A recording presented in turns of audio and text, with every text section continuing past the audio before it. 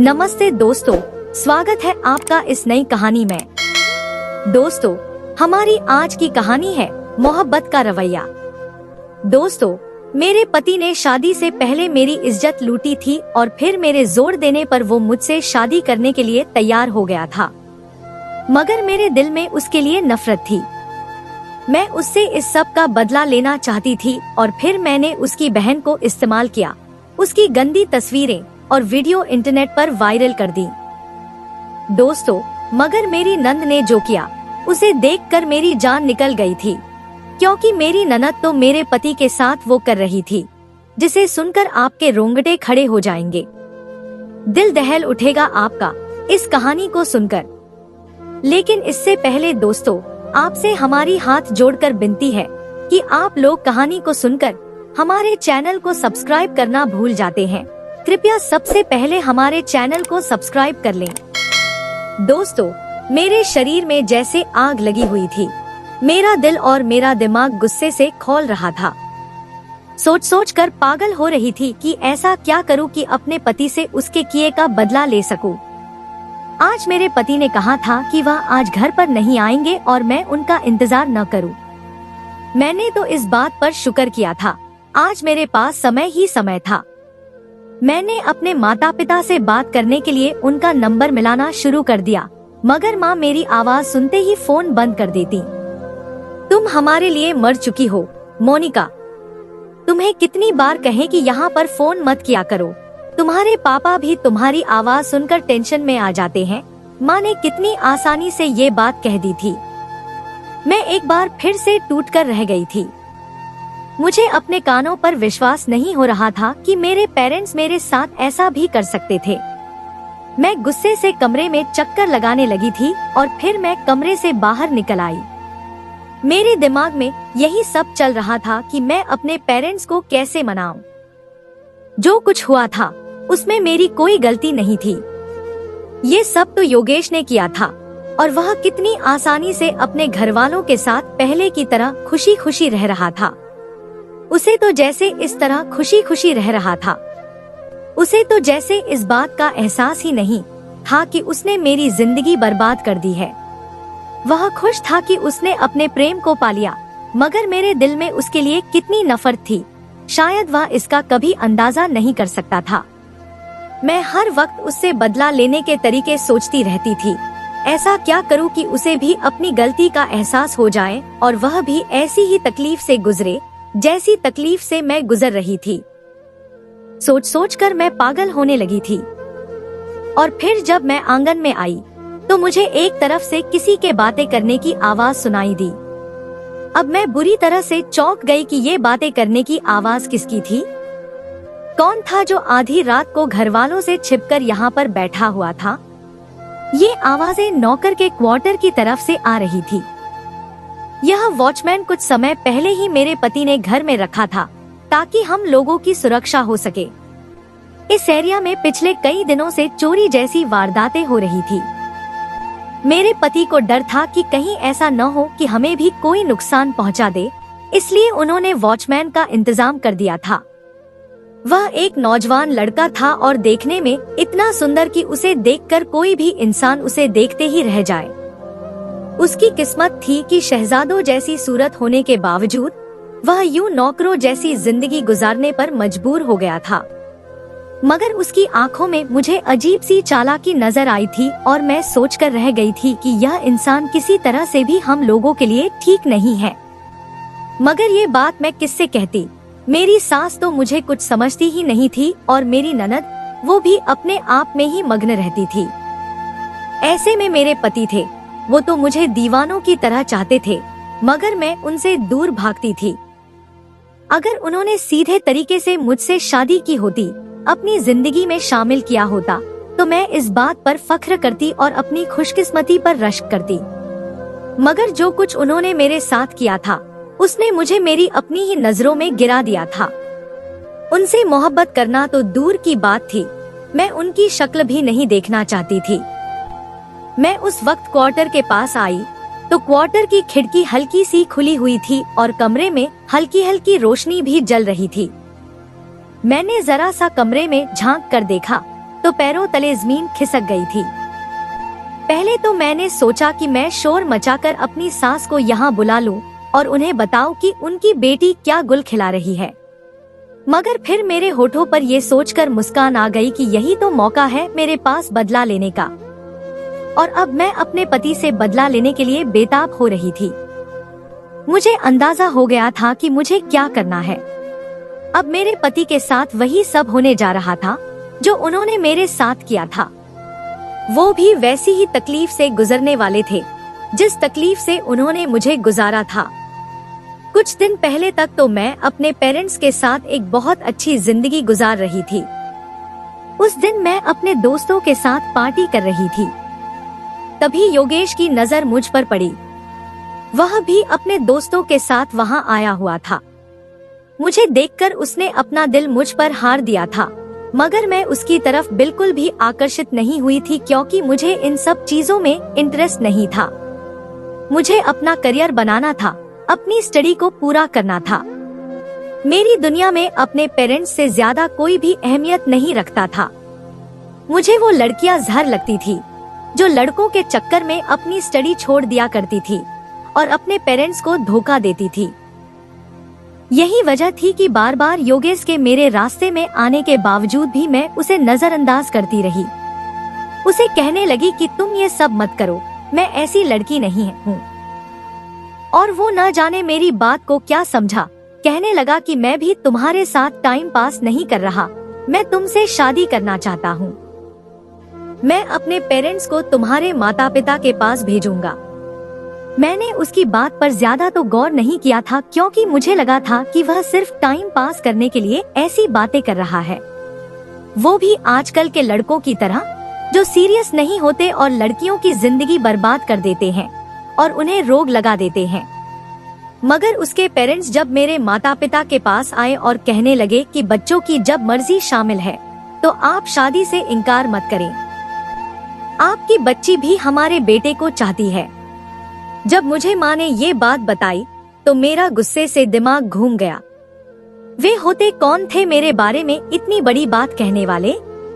मैंने तो उनके बेटे को कभी गौर से देखा भी नहीं था।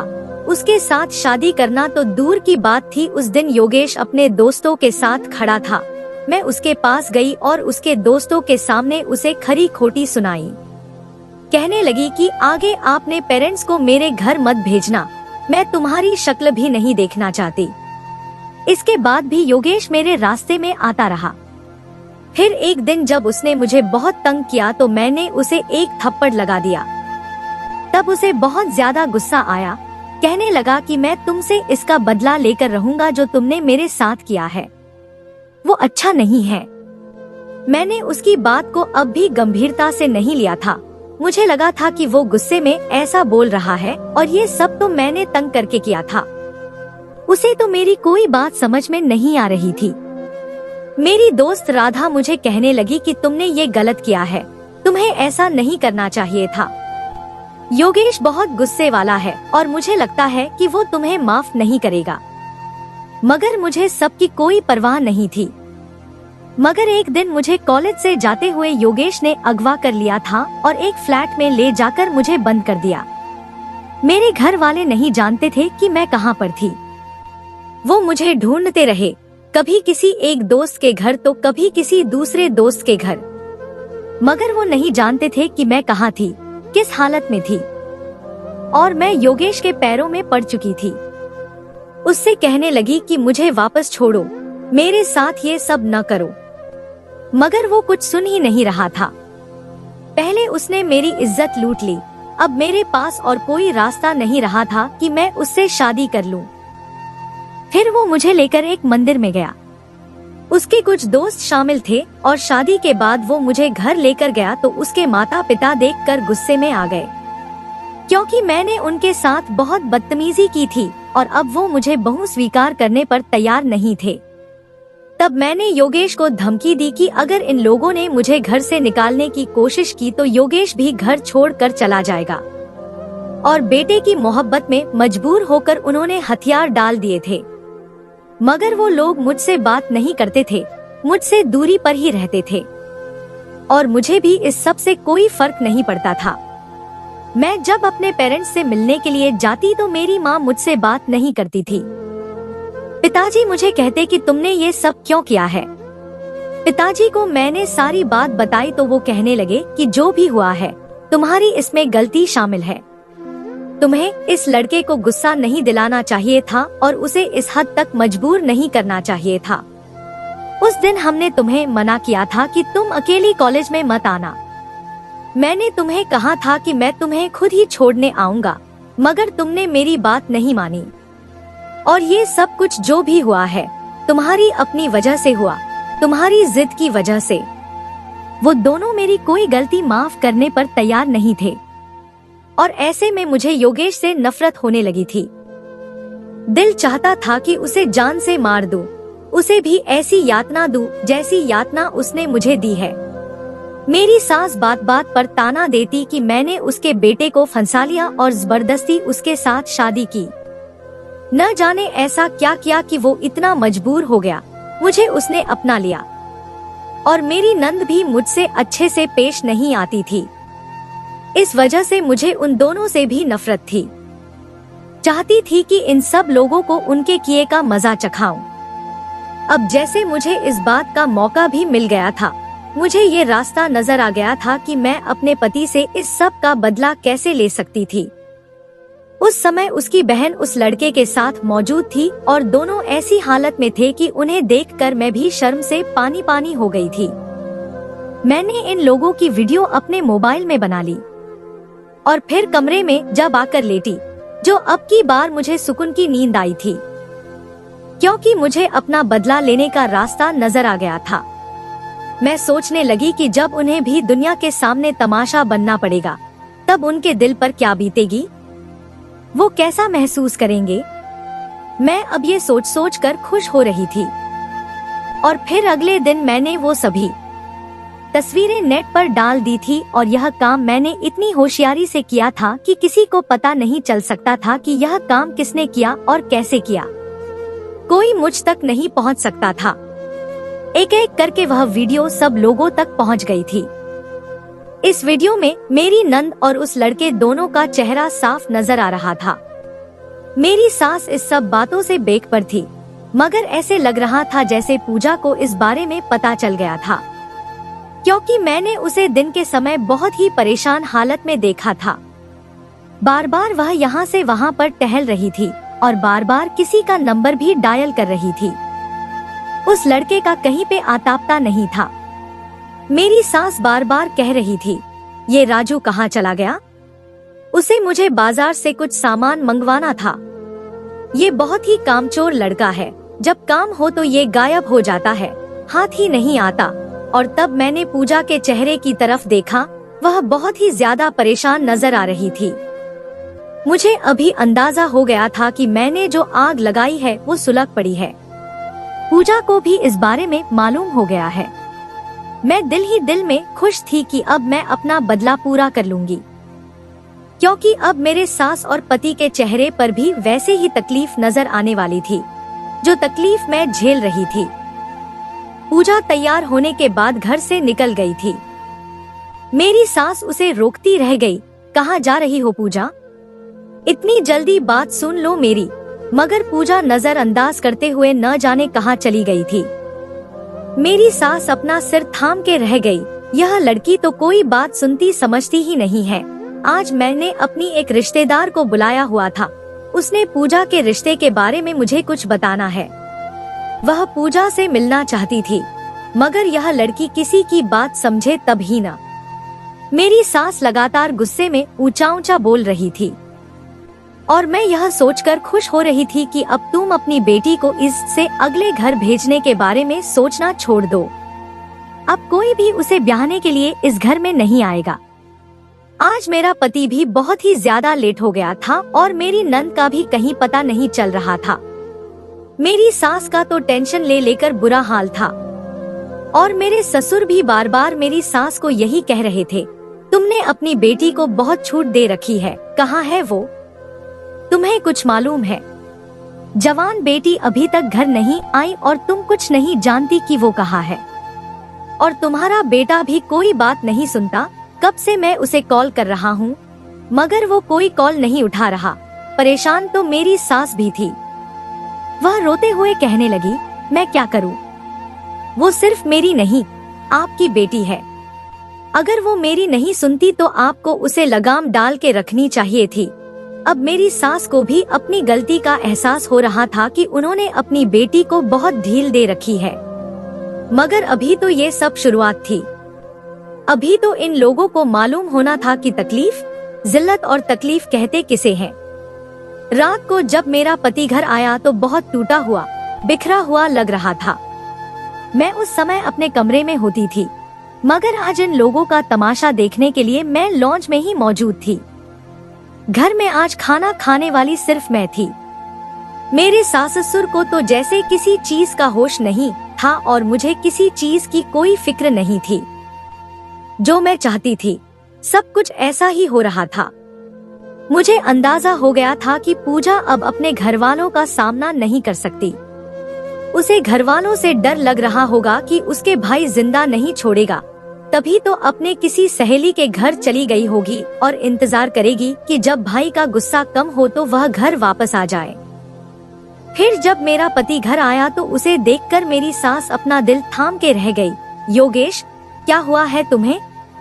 और ये पूजा कहाँ है? मैं कब से उसे कॉल कर रही हूँ, मगर वो मेरी कॉल नहीं उठा रही। उसकी किसी सहेली से पता करो कि वो उसके साथ तो नहीं है। और तब योगेश गुस्से से चिल्लाने लगा, वह हमारे मुंह पर कालिख मल के कहीं चली गई होगी। जिसके साथ उसने मुंह काला किया है उसी के साथ होगी। वह गुस्से से बोल रहा था और मेरी सास अपना दिल पकड़ कर रह गई। बोली, कैसी बातें कर रहे हो तुम अपनी जवान बहन के बारे में? कोई इस तरह की बात करता है? माना कि वह थोड़ी बदतमीज है, लापरवाह है, मगर इसका ये मतलब नहीं कि तुम भाई होकर भी उसके किरदार पर बोलना शुरू करो। कहाँ है मेरी बच्ची? पता करो कहीं किसी मुसीबत में न हो। तब योगेश ने अपने मोबाइल उनकी तरफ किया और उस मोबाइल में वही वीडियो थी जो आज मैंने नेट पर अपलोड की थी और रात को ही अपने मोबाइल से बनाई थी। यह देखकर मेरी सास के पैरों के नीचे से जमीन निकल गई। योगेश कहने लगा कि यह सब देखने के बाद भी आप उसी को याद कर रही हैं, कि आप उसकी शक्ल देखना चाहेंगी। क्या किया है उसने हमारे साथ? हमारी इस मिट्टी में मिला दी। घर के वॉचमैन के साथ ये सब करती रही। अगर उसे अपनी जवानी संभालना मुश्किल हो रहा था तो बता देती, हम उसकी शादी कर देते। हमारे साथ ये सब तो न करते। अब वह सिर पकड़ कर रोने लगा था। कितनी बदनामी हो गई है। मैं किसी के सामने सिर उठाने के काबिल नहीं रहा। मैं किसी का सामना नहीं कर सकता। वह बुरी तरह से रो रहा था और मुझे उसे देखकर अजीब सा सुकून महसूस हो रहा था। मैं भी इसी तरह से रोई थी और मेरे माँ बाप भी मेरे लिए इसी तरह से तड़पे थे। उन्हें भी अपनी बदनामी का खौफ सताने लगा था और उन्हें भी ऐसा ही महसूस हुआ था जैसा कि अब इन लोगों को हो रहा था। और मुझे इन लोगों पर तरस नहीं आ रहा था। वह रात इन लोगों ने अपनी आंखों में गुजारी थी जबकि मैं अपने कमरे में सुकून से सो रही थी। मेरे पति ने मुझे सुकून से सोते हुए देखा तो कहने लगा, मैं जानता हूँ कि यह सब तुम्हारा ही किया धरा है। जरूर तुमने ही मेरी बहन को बहकाया होगा। तुमने ही उसके जहन में ये ख्याल डाले हैं, वरना मेरी बहन तो बहुत मासूम थी। और आज जो भी बोलता मुझे उस पर गुस्सा नहीं आ रहा था, क्योंकि आज मैंने अपना इंतकाम ले लिया था। योगेश और उसके घरवाले कभी भी जान नहीं सकते थे कि यह सब मैंने ही किया था। मैंने ही वह वीडियो नेट पर डाली थी। योगेश ने अब घर से बाहर निकलना छोड़ दिया था और मेरे सास ससुर का भी यही हाल था। वे लोग किसी के सामने सिर उठाने के काबिल नहीं रहे थे। अब वे किसी से बात भी नहीं करते थे। रो रो कर मेरी सास का बुरा हाल हो गया था और मेरे पति भी कहते, अब मैं किस मुंह से दुनिया का सामना करूं? मेरे अपने दोस्त मेरा मजाक उड़ाते हैं, मुझ पर हंसते हैं, ताने कसते हैं। आप बताएं कि मैं क्या करूं, कहां जाऊं? तब मेरी सास अपना रुख फिर से मेरी तरफ कर लेती। जब से ये लड़की हमारी जिंदगी में आई है, उसने हमारे जीवन को जहन्नम बना के रख दिया है। निकालो इस लड़की को घर से बाहर। इसके नखरे का साया मेरी बेटी पर पड़ गया है और योगेश उन्हें बहुत मुश्किल से संभालता था। जो भी था वह मुझसे बहुत प्यार करता था। वह मुझे छोड़ने के बारे में सोच भी नहीं सकता था। ऐसे में वह अपनी माँ को ही चुप करवा दिया करता था। दिन इसी तरह से गुजारते जा रहे थे। योगेश तो पुलिस में भी रिपोर्ट दर्ज नहीं करवा रहा था। कहने लगा, पुलिस वाले भी अजीबोगरीब बातें बनाएंगे। आप नहीं जानती कि मुझे कैसी शर्मिंदगी का सामना करना पड़ेगा। मैं पुलिस में जाकर रिपोर्ट नहीं करवा सकता। और फिर एक दिन सुबह सुबह ही पुलिस स्टेशन से कॉल आ गई। योगेश बुरी तरह से परेशान हो गया कि अब पुलिस स्टेशन से कॉल क्यों आई है। न जाने इन लोगों की कैसी कैसी बातें सुनने को नहीं मिलेंगी। मेरी सास भी परेशान हो गई थी। वे योगेश के वापस आने का इंतजार कर रहे थे और फिर उन्हें जो खबर सुनने को मिली उसने उनके साथ साथ मुझे भी हैरान कर दिया था। मैंने तो इस हद तक सोचा नहीं था कि ऐसा भी हो जाएगा। मैं सिर्फ इन लोगों को नीचा दिखाना चाहती थी, अपनी बेइज्जती का बदला लेना चाहती थी। मगर पूजा इस हद तक गुजर जाएगी मैंने कभी सोचा भी नहीं था। पूजा की डेड बॉडी मिल गई थी। पूजा ने आत्महत्या कर ली थी और एक छोटी सी चिट्ठी अपने घरवालों के नाम लिखी, जिसमें उसने सब लोगों से माफी मांगी और कहा कि वह शंकर से प्यार करती थी, उससे शादी करना चाहती थी। मगर अब इतनी बदनामी के बाद शंकर भी उसके साथ शादी करने के लिए तैयार नहीं है। वह उससे बात भी नहीं करना चाहता और मौत के अलावा मेरे पास और कोई रास्ता नहीं है। उसकी मौत का जिम्मेदार सिर्फ वह खुद है। वह अब किसी के सामने सिर उठाने के काबिल नहीं रही, किसी का सामना नहीं कर सकती, इसीलिए वह अपनी जान ले रही है। तब मेरे पति को मालूम हुआ था कि वह हॉस्टल में रह रही थी और हॉस्टल के एक कमरे में ही उसने खुदकुशी कर ली थी। 2 दिन तक दरवाजा न खोलने की वजह से वार्डन ने कमरे पर दस्तक देनी शुरू कर दी, मगर जब दरवाजा नहीं खुला तो वह परेशान हो गई। फिर दरवाजा तोड़ने पर सामने से पूजा की लाश नजर आई। वार्डन पूजा के परिवार के बारे में ज्यादा नहीं जानती थी, तभी उसने पुलिस में रिपोर्ट करवा दी थी और यूं पूजा की लाश घर तक पहुंचा दी गई थी। जो बदनामी हुई थी सो हुई थी।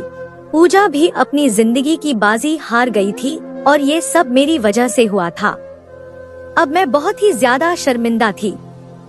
मुझे लगने लगा था कि मैं पूजा की कातिल थी। मेरे दिल में गिल्ट था कि मैं अपने इस गलती का, अपने इस पाप का पश्चाताप कैसे करूं, समझ नहीं आती थी क्या करूं। और फिर एक दिन मैंने योगेश के सामने रोते हुए अपनी गलती को कबूल कर लिया। तो पहले वह मुझ पर चिल्लाने लगा, गुस्सा करने लगा कि मैंने जो किया था मोहब्बत में किया था। मैं अपनी गलती मानता हूँ, मगर तुम्हें ये सब नहीं करना चाहिए था। तुमने जो किया वो पाप था, तुम्हारी वजह से उसने खुदकुशी कर ली। और फिर मेरे माफी मांगने पर उसका दिल नरम पड़ गया। कहने लगा कि तुमने ये बात मेरे सामने तो कर दी है, मगर मेरे माता पिता के सामने मत करना, वरना तुम नहीं जानती कि वो तुम्हारे साथ बहुत बुरा सलूक करेंगे। और तब मुझे ये बात मालूम हुई कि योगेश मुझसे बहुत मोहब्बत करता था।